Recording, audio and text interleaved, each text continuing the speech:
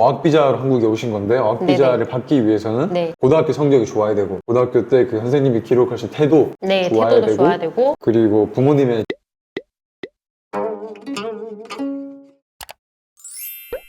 Hello, my name is Ryan. Today we invite really special guest from Vietnam. So I'm really excited right now. The guest said Korean is more preferred, so we're going to talk in Korean. 간단하게 먼저 자기소개 해주실 수 있나요? 안녕하세요, 여러분. 저는 베트남에서 온 띠엔이라고 합니다. 만나서 반갑습니다. 한국말 너무 잘하시는데요?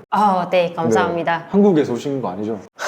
이렇게 한국에 딱 오기로 결심을 하시고 준비를 하셨을 텐데 네. 왜냐면 이게 오고 싶다고 해서 뭐 여행은 올 수 있겠지만 막상 사는 거는 또 다른 문제잖아요. 맞아요. 네, 그렇기 때문에 혹시 뭐 한국에 오실 때는 어떤 비자로 오신 건가요? 제가 처음에는 연수 비자라고 한국어는 배우는 그런 아. 비자를 제 신청을 했었는데 한국에 와가지고 처음은 1년 동안 이제 한국어는 배웠죠. 그 연수 비자를 신청해왔고. 뭐 그 비자는 외국인들이 신청하면 쉽게 받을 수 있는 비자인가요? 그렇지 않아요. 저도 그때 여러 가지로 뭐 준비해갖고 고등학교 점수도 좋아됐었고 그래서 그때 신청을 했었는데 근데 그렇지 않는 친구들이 대부분 이제 불합격을 네. 받은 친구들이 좀 있었죠. 그럼 거기서 제일 중요한 게 뭐라고 생각하세요? 고등학교 졸업하고 한국에 바로 오실 계획이 있으신 분들한테 조언을 해드리는 거는 고등학교 점수가 굉장히 중요해요. 그거는 좀 잘 관리해 주셨으면 좋겠고 그리고 태도 점수도 굉장히 중요해요. 태도 점수요? 태도 점수 얼마나 네. 성실하게 학교 다녔는지 비자 신청 접수를 했을 때 대사관에서 그런 거 다 보고 이 친구가 좀 많이 결석을 많이 했다 네. 친구들이랑 좀 잘 어울리지는 못했다 네. 뭐 그런 활동은 또 참여하지 않았다 그러면은 거의 불합격을 시키는 경우가 많죠. 맞나요? 네. 그럼 일단은 고등학교 때 어떻게 생활했느냐가 정말 중요한 맞아요. 문제네요. 맞아요. 근데 그러면 사실상 고등학교 때는 좀 놀고 성적이 안 좋았지만 네. 나중에 성인이 돼서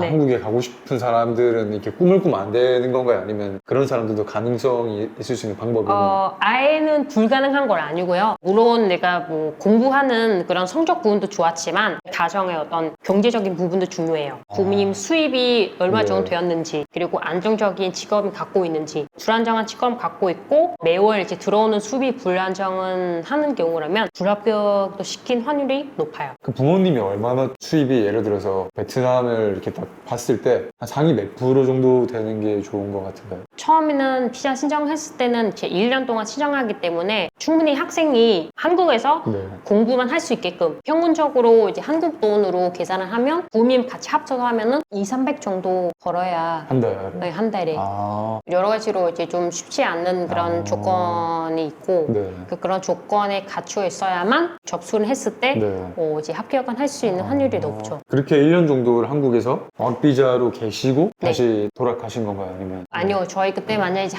한국에 오면은 1년 동안 한국어를 배우고 대학은 갈 수 있는 기회가 있죠. 한국에서 또 재료 변경을 할 수 있고 그때 조건에 맞춰서 또 다른 비자로 그때는 유학이라는 비자로 바꾸게 되는 거죠. 그러면 일단 어학비자가 있는 상태에서는 다른 비자로 바꾸는 게 좀 수월한 편인가요? 사실 한국에 와가지고 만약 경험이 있으면은 네. 그렇게 많이는 어렵지가 않아요. 한국에서도 내 어학당을 얼마나 열심히 다녔는지 그래 성적은 어느 정도 나왔는지 거기서도 성적이 나오는 맞아요. 그럼 혹시 어학당에서의 성적은 좋으신 편이었나요? 나름대로 잘하시네요? 네, 나름대로 좀 했었고 상위 몇 프로 정도인가요? 제가 다니는 학교는 이제 예를 들어서 한 반에서 한 15명이 또 있어요. 네. 그러면 저는 그래도 가장 높은 뭐 5명 안에서 뭐 좀 그럼 상위 한 30%는 되시는 거예요? 네네. 근데 그 정도가 되면 안정권인가요? 아니면?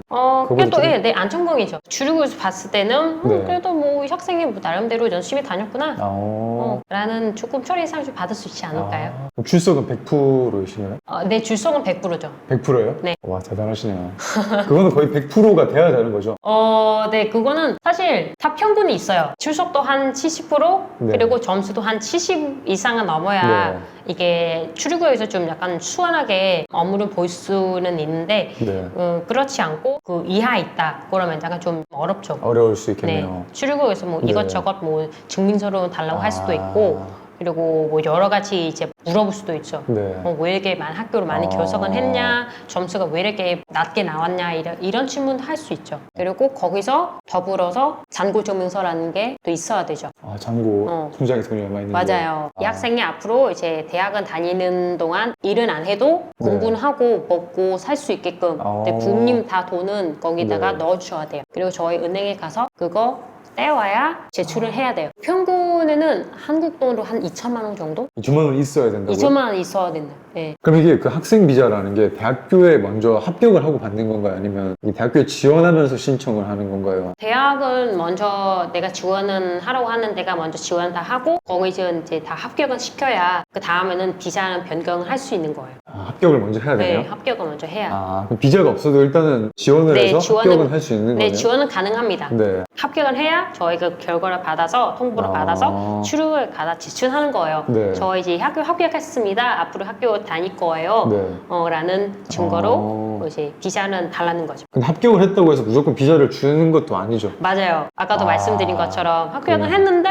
보니까 뭐 잔고증명서가 약간 좀 부족하다. 아니면 잔고증명서를 만드는 과정에서 뭔가 조금 의심되는 부분이 있다. 네. 아니면 이 학생이 어학당 다녔을 때 좀 불성실하게 다녔다. 네. 라는 이유로 얼마든지 거기 출국에서 얼마든지 불합격을 시킬 수 있죠. 아, 그럼 면접들을 다 보는 건가요? 맞아요. 저희는 뭐 네. 가가지고 출국국에 가서 다 준비한 서류 가지고 출국을 제출을 하잖아요. 그러면 이제 직원들이 다 이제 다 확인을 하고 조금 좀 이상 부분 있으면 바로 물어보고 당일날 바로 물어보나요? 맞아요. 저희는 1대1로 만약 저희가 조금 대답하기가 앞뒤가 좀 잘 안 맞다. 네. 그러면은 좀 이상하다. 다시 준비를 하고 오세요. 라고 얘기를 할 수가 있는 거죠. 왜냐면 장보라는 게 일시적으로 돈을 빌려서 잠깐 빌렸다가 맞아요. 이럴 수도 그런 있는 친구가 부분이니까. 좀 있어서 아, 그런 친구도 있군요. 이런 경우도 있어요. 제외하는 경우인데 어떤 친구가 비자가 나왔었는데 근데 한 달 후에 주류국에서 통보 받은 거예요. 비자 취소하겠다. 비자를 줬는데 뺏었어요? 네. 왜냐하면 저희는 대부분 이제 잔고증명서라는 게 계속 이게 통장 안에 있어야 되잖아요. 그렇죠. 학생이 뭐 써야 되니까. 근데 일시적으로 뭐 어디 빌려서 이제 넣는 친구들이 바로 비자가 나오면 찾아서 다른 데를 넣어야 되기 때문에 이제 출입국에서 그거 만약에 이제 다 검거를 하게 되면 얼마든지 취소할 수 있는 권리를 갖고 있어요. 와, 그럼 대학교 입학해서 등록금 다 냈는데도 취소될 수도 있겠네요? 네, 맞아요. 그럼 거기서 막 통과를 다 했어요. 막 보고 막 별다른 질문도 안 하고. 네. 그러면은 좀 합격을 했다고 생각을 해도 되는 건가요? 네. 대부분 거기는 만약 다 확인을 하고 문제가 없으면 이제 바로 이제 즉시 처리해 주는 거죠. 비자는 바로 나오지 않아도 예를 들어 저희는 어학 비자에서 유학 비자로 이제 바꾸면 그 비자가 나오는 기간은 한 달 정도 걸려요. 근데 바로 비자가 주지 않고 접수증 같은 거 줘요. 접수증. 그죠? 며칠에 이렇게 와서 이제 그거 뭐 받아가세요. 새로운 신분증이